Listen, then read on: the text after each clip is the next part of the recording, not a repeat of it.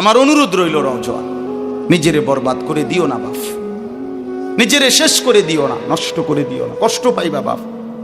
একদিন কবরে তোমার 14 গোষ্ঠীর কেউ থাকবে না, একদিন হাসরের ময়দানে তোমার পাশে কেউ থাকবে না, তুমি শুধুই একা।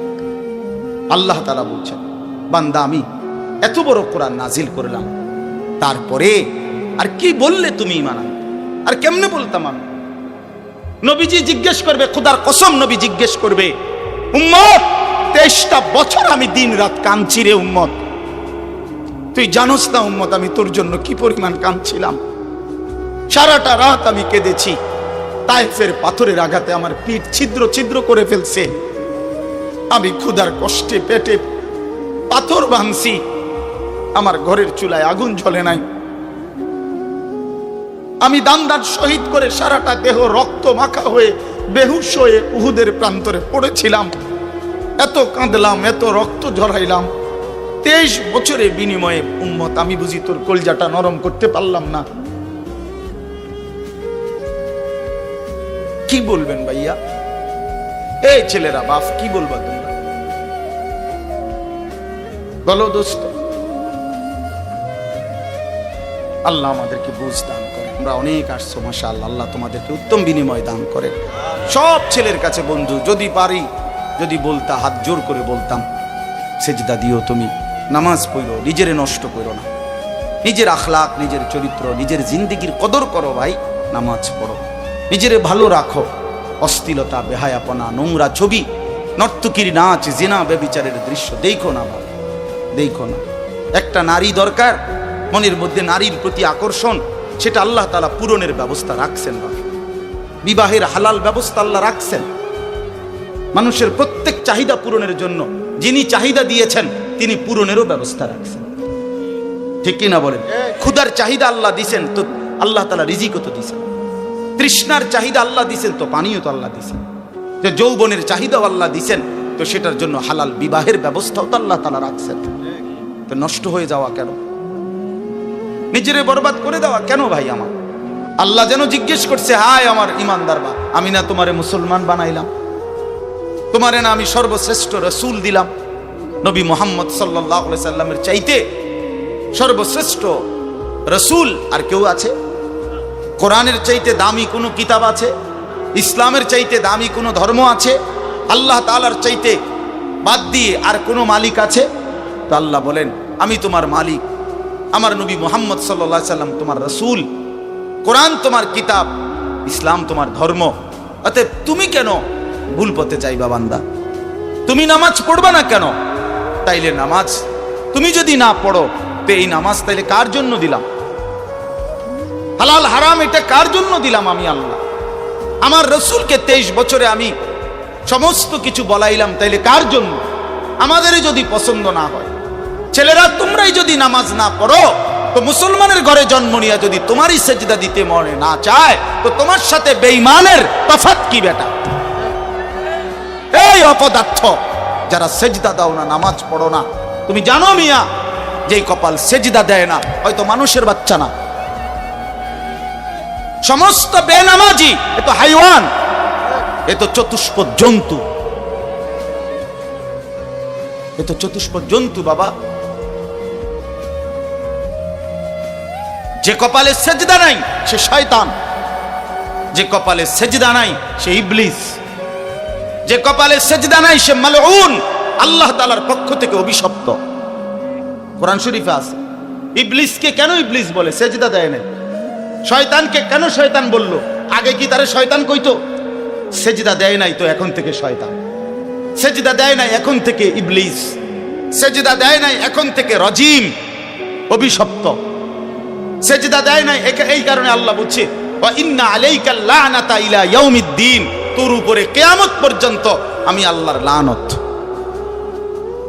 কি মিয়া সাহেব, কি বলো ভাই? এত লানত নিয়া, আল্লাহর এত অভিশাপ নিয়া দুনিয়ায় চলবে কেমনে? আখিরাত চলবে কেমনে?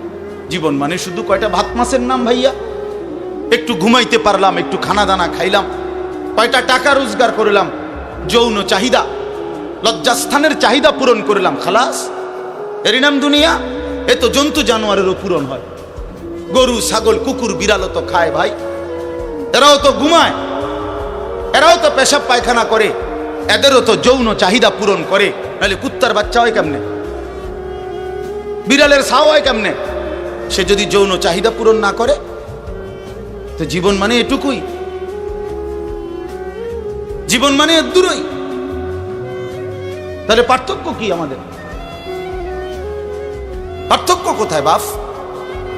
তো আল্লাহ তাআলা আমাদের কাছে বললেন, ইত্তাকুল্লাহ, বান্দা আমি এটা চাই তোমার কাছে, তুমি গুনাহ করো না, আর 10 জন যা ইচ্ছা তাই করো, তুমি নাফরমানি করো না, তুমি আমার পছন্দের বান্দা, আমার গোটা জান্নাত আমি তোমার জন্য বানাইছি, তুমি আসবা ঈমান নিয়া, তাকওয়া নিয়ে, আমি আমার পুরাটা জান্নাত, অনন্তকালের জান্নাত তোমারে বুঝাই দেব,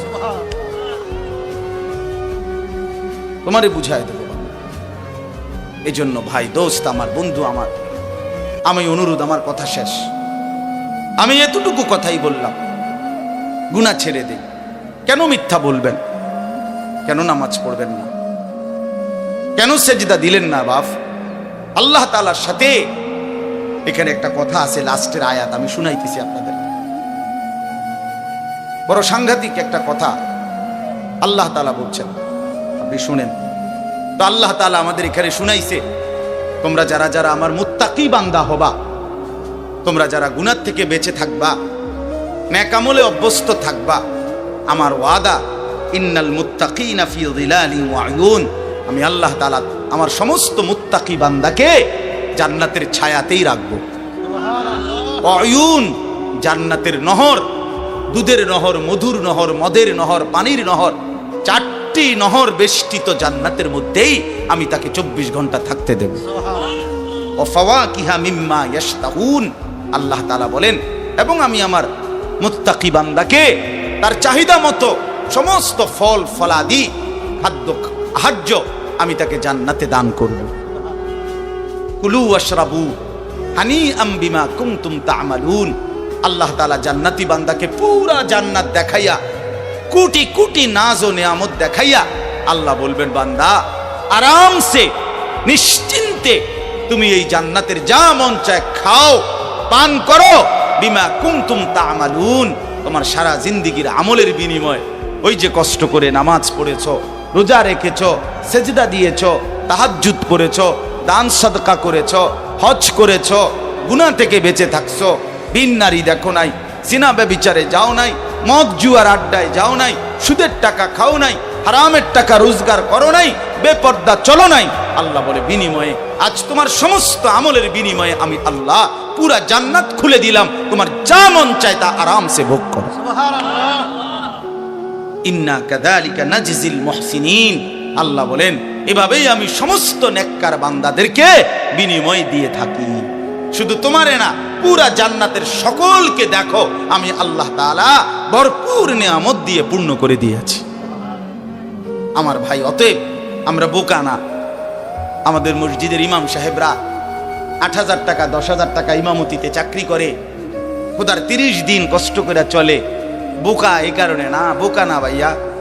আপনারা ভাত মাছ খাইয়া যদি বড় হন, তো মোল্লা মুন্সি ওনারা কি সিরা খাইয়া বড় হয়েছে? তো ও তো বোকা না বাপ। কেমনে সুদে টাকা নিলে, কিস্তিতে টাকা নিলে, কেমনে কি করলে দুনিয়া আরো কামাই করা যায়, এটা না বুঝার কি আছে? বুঝে সবাই, কিন্তু কেউ আখেরাতের ভয়ে ছেড়ে দেয়, কেউ আখেরাতকে ভুলে দুনিয়ার নাফরমানিতে লেগে যায়। এই হলো তফাৎ। বুঝে না এমন না।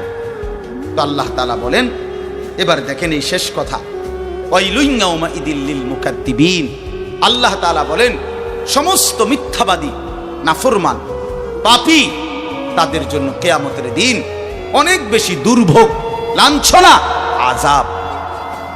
এই কথাইটা একটা জিনিস খেয়াল করেন, ওয়াইলুন ইয়াউমাইদিল লিল মুকাদ্দিবিন, আল্লাহ তাআলা বলেন মিথ্যাবাদীরা, ও আমার নাফরমান বান্দারা, ইয়াউমাইদিন, সেদিন কিয়ামতে তোমাদের জন্য খুব বেশি লাঞ্ছনা, আযাব অপেক্ষা করছে।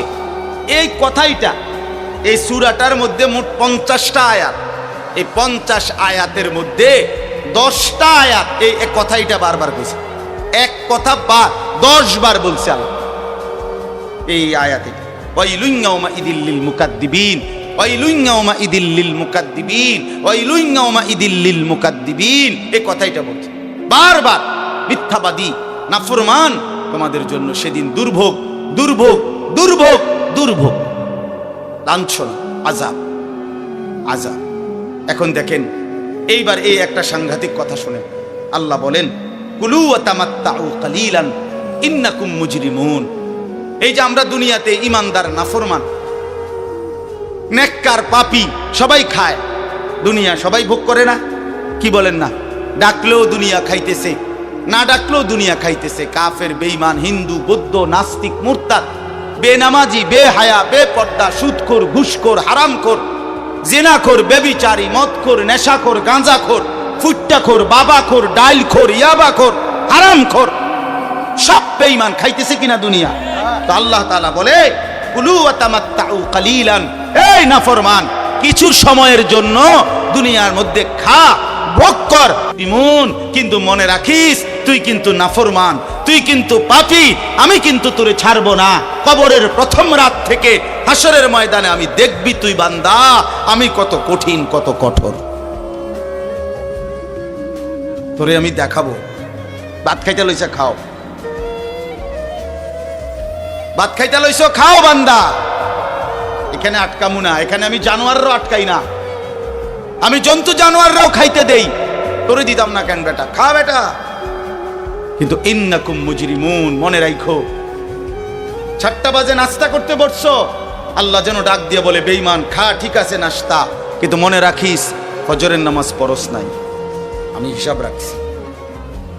রাত 10টা বাজে খাইতে বসছো বেঈমান, ঠিক আছে খা, কিন্তু মনে রাখিস এশার নামাজ পড়ো নাই।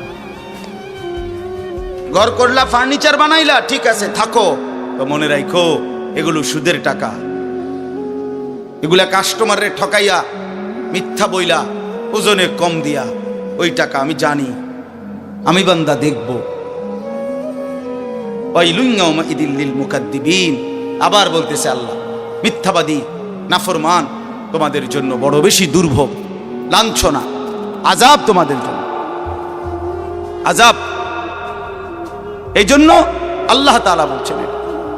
এরপরে আবার বলে দেখেন ওয়া ইযা কিলা লাহুমুর কাউ লা ইয়ারকাউন, এই ছেলেরা তোমরা সবাই শোনো, আল্লাহ তাআলা আবারও বলতেছে সমস্ত মিথ্যাবাদী নাফরমান তোমাদের জন্য হাসরের ময়দানে কেন লাঞ্ছনা হবে, এর প্রধান কারণ ওয়া ইযা কিলা লাহুমুর কাউ লা ইয়ারকাউন, যখনই বলা হতো নামাজ পড়তে, যখনই বলা হতো রুকু করতে, যখনই বলা হতো সেজদা দিতে, লা ইয়ারকাউন, আল্লাহ তাআলা বলেন সে রুকু করে না, সেজদা দেয় না, নামাজ পড়ে না, নামাজ পড়ে না। আল্লাহ বলেন আমি এতবার বললাম, এতবার বললাম, একটা দিনে 5 বার মসজিদে আজান হইল, একটা মহল্লায় শুধু একটা মসজিদ না, এক এক ওয়াক্তে এক একজনের কানে কমপক্ষে 10টা মসজিদ থেকে আজানের আওয়াজ আসে, ঠিক কিনা বলে? কি রে বান্দা এত শক্ত হইলি কেমনে বান্দা, আমার এত বড় আসমান ও জমিন দিয়া, এত বড় কায়নাত দিয়ে বান্দা আমি তোকে লালন পালন করলাম, বিনিময়ে তুমি একটা সেজদাও দিলা না। 365 দিনে খোদার একটা বছর কোনো দিন ফজরের নামাজ পড়লা না, এ কেমন জিন্দিগি বাপ? এত এত কঠিন মানুষ কেমনে হয়, এত পাষাণ মুসলমান কেমনে হয় বলে? আল্লাহ তাআলা বলেন ওয়া ইযা কিলা লাহুমুর কাউ লা ইয়ারকাউন, নাফরমান মনে রাখিস বারবার তোকে নামাজের কথা বলা হয়েছিল, তুমি পড়ো নাই, আমি কিন্তু ছাড়বো না। খাইতে দিছি, খাইতে দিছি, খাইতে আমি কাফেরও দেই, দুনিয়া তো আমি বেঈমানকেও দেই, দুনিয়া আমি কুকুর বিড়ালকেও দেই, দুনিয়া তো আমি শুকরকেও খাইতে দেই। আমরা এক মানুষ যা খাই জন্তু জানোয়ার তার চাইতে বেশি দুনিয়া খায়, ঠিক না? হ্যাঁ, বইয়ে আছে, গবেষকদের কথা হলো একটা হাতি একদিনে 250 কেজি খাবার খায়, 90 লিটার পানি পান করে, আপনি পারবেন? একটা তিমি এক বেলা 200 শক্ত সামর্থ্য যুবক এক বেলা যা খায় সেই সমপরিমাণ একটা তিমি এক বেলা তা খায়, তো দুনিয়া তারা বেশি ভোগ করে না? কথা বলেন। তাহলে ভাইয়া দুনিয়া খুব বেশি আমরা ভোগ করি না। ওয়াইলুন ইয়াউমাইদিল লিল মুকাদ্দিবিন, আল্লাহ বলে বান্দা নামাজ পড়লা না, ঠিক আছে, আবারও বললাম, ওয়াইলুন ইয়াউমাইদিল লিল মুকাদ্দিবিন, সমস্ত মিথ্যাবাদী নাফরমান পাপী মনে রেখো, সেদিন তোমাদের জন্য আযাব হবে। এই শেষ কথা হলো ফাবিআইয়ি হাদিসিন বা'দাহু ইউমিনুন। আল্লাহ তাআলা বলেন, এই শেষ কথাটা আবার আমার মনোযোগ দিয়ে শুনেন, ফাবিআইয়ি হাদিসিন বা'দাহু ইউমিনুন। আমার ভাই, আল্লাহ তাআলা একটা আশ্চর্য কথা বলছে এখানে। আল্লাহ বলছে, বান্দা তুমি জানো আমি 23 বছরে আমার প্রিয় রসুলের মাধ্যমে 30 পারা কোরআন নাজিল করে আমার সর্বশ্রেষ্ঠ কথা এগুলো আল্লাহর কথা কিনা? বলেন না ভাই?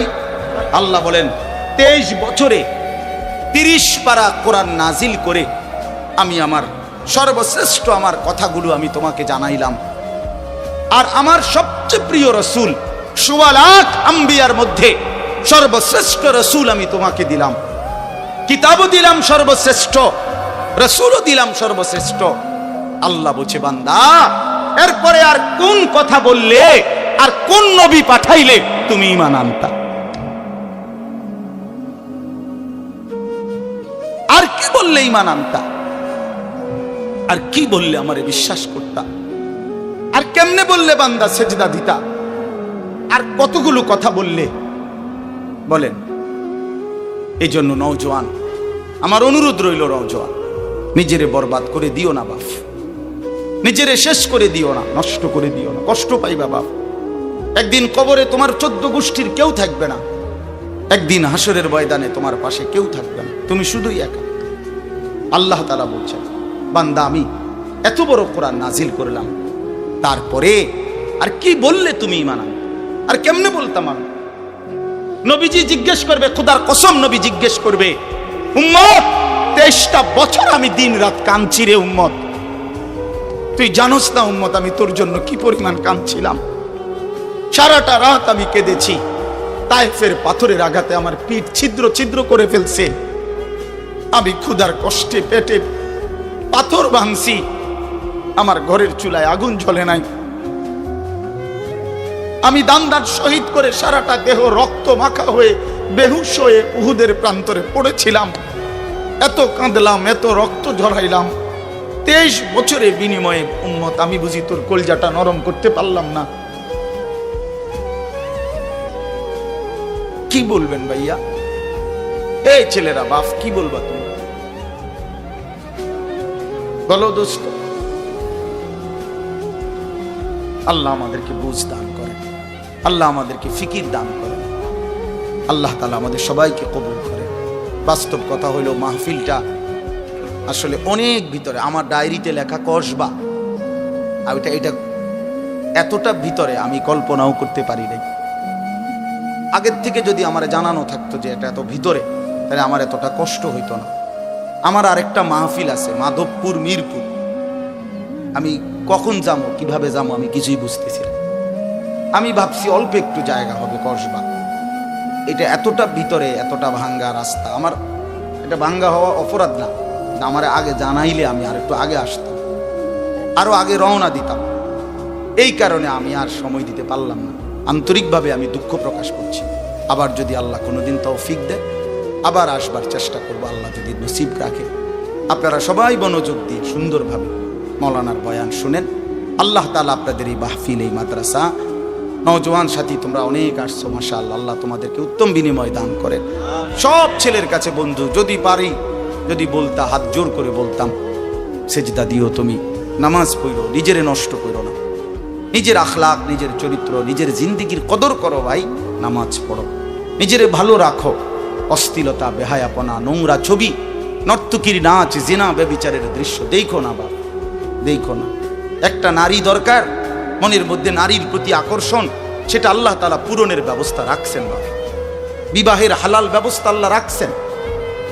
মানুষের প্রত্যেক চাহিদা পূরণের জন্য যিনি চাহিদা দিয়েছেন তিনি পূরণেরও ব্যবস্থা রাখছেন। ঠিক কিনা বলেন?